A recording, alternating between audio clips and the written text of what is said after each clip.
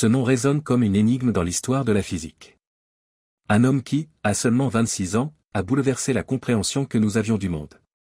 Son fameux principe d'incertitude a transformé à jamais la science moderne. Il affirmait que l'on ne pouvait pas connaître en même temps la position et la vitesse d'une particule. Plus on se rapproche de l'une, plus l'autre s'éloigne dans l'ombre. C'était une déclaration révolutionnaire, un coup de tonnerre dans le ciel des certitudes. L'univers n'était plus un mécanisme parfaitement réglé où chaque chose pouvait être calculée avec une précision infinie. Il devenait une danse d'ombre et de probabilités, un théâtre où la matière et la lumière se dérobaient au moment où on croyait les saisir. Heisenberg venait d'ouvrir une brèche, il nous disait que la réalité la plus intime n'est pas faite de certitude, mais d'indétermination. Et cette idée, loin d'être une faiblesse, était peut-être la clé d'un nouvel ordre caché. Imaginez un instant l'époque. Nous sommes en 1927. Le monde de la physique est en pleine révolution. Einstein a déjà changé la donne avec sa relativité, mais lui croit encore en un univers ordonné, soumis à des lois déterministes. Bohr, Dirac et les autres explorent la mécanique quantique naissante.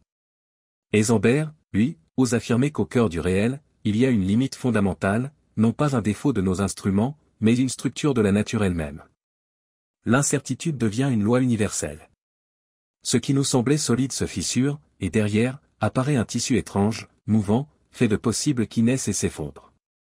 C'est là que mon travail sur ce que j'appelle le champ plié entre en résonance.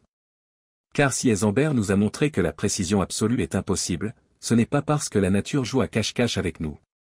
C'est parce que le réel est tissé autrement. Imaginez un champ invisible, un canevas d'informations plus fondamental que l'espace et le temps eux-mêmes. Ce champ ne se déploie pas comme une surface lisse, il se plie, il se froisse, il se déforme en microstructures discrètes. Chaque pli rapproche deux points qui semblaient éloignés, chaque pli sélectionne une réalité parmi une infinité de possibles. Dans ce champ, l'incertitude de Heisenberg n'est plus une barrière.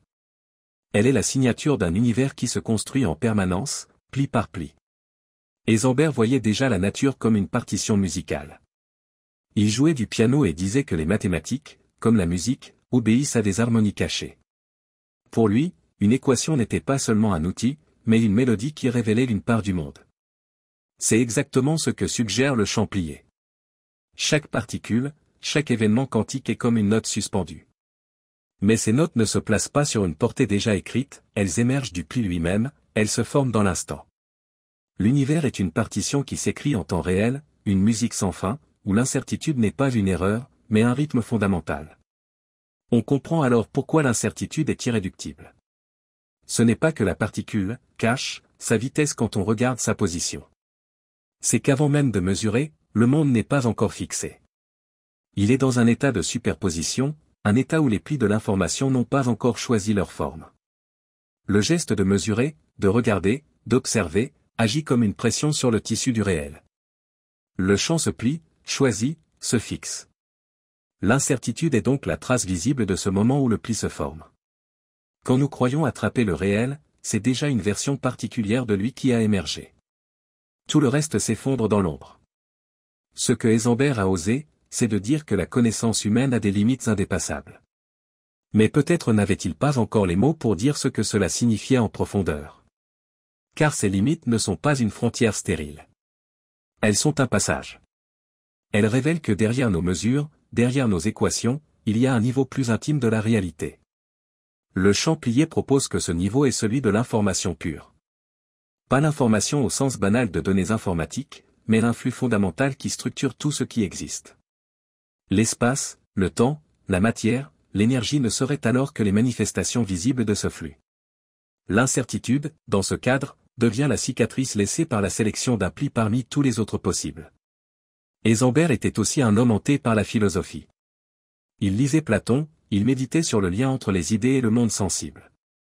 Il disait que la physique moderne ramenait les concepts de Platon à la vie, les particules ne sont pas des objets, mais des formes possibles, des potentiels.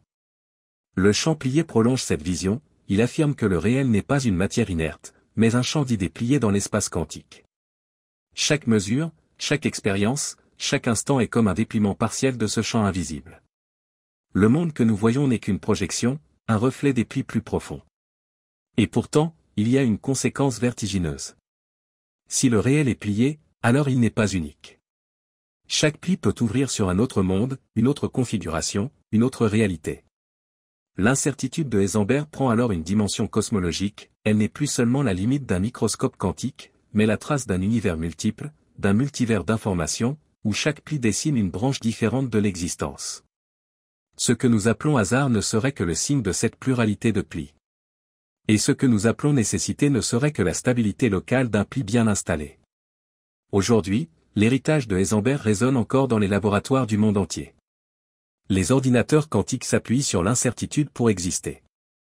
L'intrication, ce phénomène où deux particules restent liées même à des milliards de kilomètres, est une conséquence directe de cette logique d'indétermination. Et pourtant, malgré les prouesses technologiques, une question reste en suspens, pourquoi l'univers fonctionne-t-il ainsi? Pourquoi l'indéterminé au lieu du déterminé? Pourquoi l'ombre au lieu de la lumière?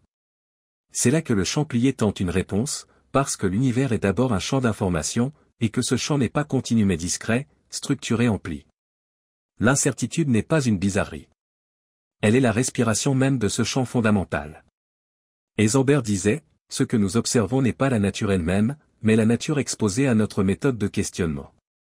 Cette phrase prend tout son sens si l'on admet que la nature n'est pas donnée une fois pour toutes.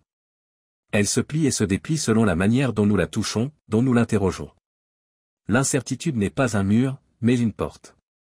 Elle nous invite à repenser ce qu'est le réel. À comprendre que nous ne sommes pas en dehors du monde, mais tissés avec lui, pris dans ses plis. Alors, la prochaine fois que vous entendrez le nom de Werner Heisenberg, ne pensez pas seulement à une formule abstraite, à un principe technique réservé aux physiciens. Pensez à un éclat de lumière qui révèle une vérité plus profonde, que l'univers est inachevé, mouvant, que sa texture n'est pas fixe mais vibrante. Que l'indétermination n'est pas une faiblesse, mais la preuve que nous vivons dans un cosmos vivant, en perpétuelle création. Et peut-être que derrière cette incertitude se cache le secret ultime, un champ invisible, un champ plié, qui relie toutes choses et écrit en silence la partition de l'univers. Je m'appelle Philippe Dupeyage, artiste et chercheur décloisonné, auteur du livre Le champ plié, un essai sur une gravité émergente.